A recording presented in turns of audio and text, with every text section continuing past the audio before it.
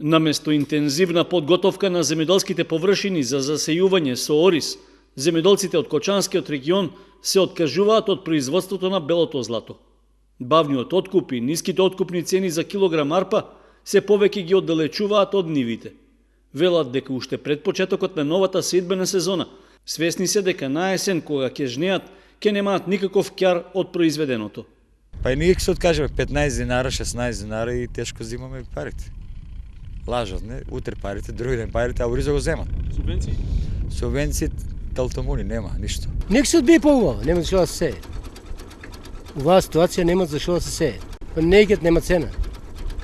Имам ориз продаден, не сме земал 3 месеци пари. Гајле немат луѓето, не прават проблем, ако сака се не го одбијат. И од водостопанската подружница Брегалница потврдуваат дека од ден во ден се поголем е бројот на земјоделци кои им најавуваат дека не сакаат вода за наводнување на оризовите ниви.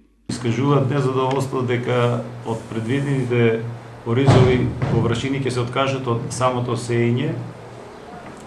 Ние како водостопанство во тај дел не можеме многу да се мешаме, наше да испарачаме вода, тие дали ќе ги сеат површините, тоа зависи од нив.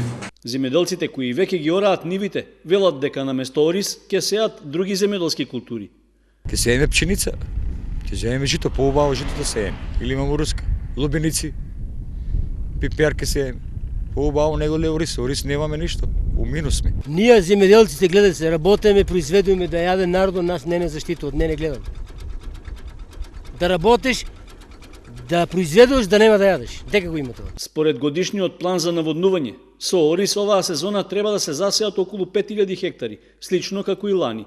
Сепак, ако и покрај подпишаните договори со водостопанската подружница, земјоделците се откажат од сејдбата, прашање е како ќе се регулира функционирањето на каналската мрежа, без при тоа да се предизвикаат штети од поплавување кај нивите, кои наместо со ориз ќе бидат засејани со други земјоделски култури.